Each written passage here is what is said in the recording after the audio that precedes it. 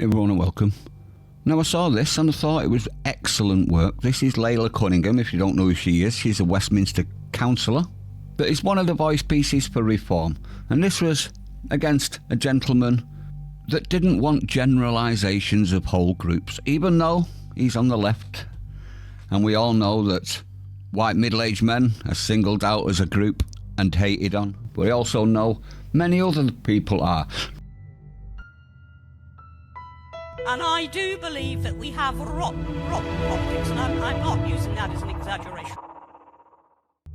Let's not forget, the left have been calling the pink ladies that are protesting for themselves and their children in Epping and other places far-right, Nazi, racists, and all of the other buzzwords. So it's all right to brand entire groups so long as it's not their group we see in the problem.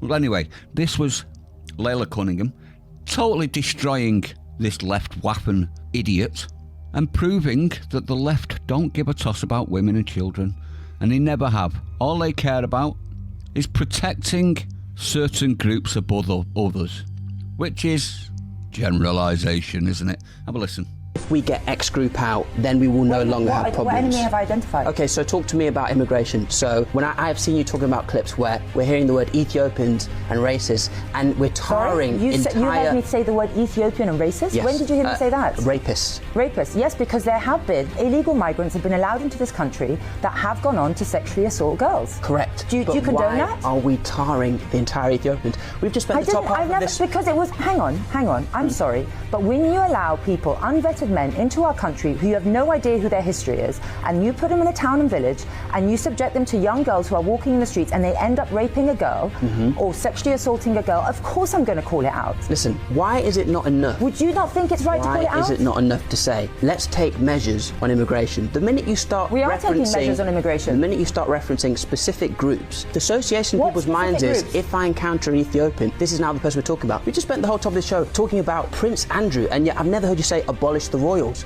You can treat it as a case study. So what I'm saying to you is... The royals are part of Britain. We are importing rapists and terrorists into this country through our open borders. You cannot deny that. How many rapes is too much for you to say it's not okay? How many rapes would you accept? This is my question to you, right?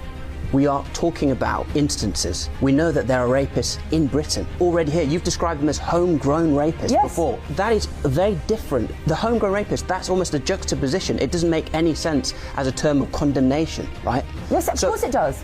Any rapist is condemned by me. I was a criminal prosecutor and I'm a mother of daughters and I'm a woman myself. Of course they are. Don't put words into my mouth. But we have homegrown rapists. That does not excuse us importing more and putting them in towns and villages. I'm sorry, I'm not going to back down from that position. And I think you'll find most of the British public completely disagree with you. And if that certain rapist that I mentioned happened to be Ethiopian, then yes, I'm not going to shy away from saying that he was Ethiopian, because that's what happened with the Pakistani rape gangs. People didn't want to say where they were from, and it was they were proliferated. Yes, but you're applying it to a wide group. When no, I'm applying it to illegal migrants who are allowed into this country. That is not a wide group. That is a specific group. But it's not all illegal migrants. How do you know? Are they vetted? How do you know? Because we know that we're talking about instances. How do you know that every man crossing on that boat is not a rapist or a terrorist? We know that one was a convicted terrorist. Just to be clear, you don't know. No, I don't know, but I'm not going to give them the benefit of the doubt because they have thrown their passports, they've entered this country illegally, so I will treat them as criminals, yeah. Boom, she nailed both of those to the wall with that one, didn't she? And I agree fully. She doesn't know that every single person coming on the boat is a rapist or a terrorist, but neither does he. Does he? Neither does he. And that's the point. Why should we give people the benefit of the doubt when it's proven time and time again, some, not all, some are vile individuals, like this case. An illegal migrant was arrested for apparently raping a 10-year-old. Let that sink in. A 10-year-old who was in care. Now, I would actually say we need to make sure that this never happens again. One is too many. In my opinion, one. And if they're throwing their passports away, they are doing a criminal act before they even land on our shores. And therefore, that should, in my honest opinion, restrict them to never, ever being able to claim asylum in this nation.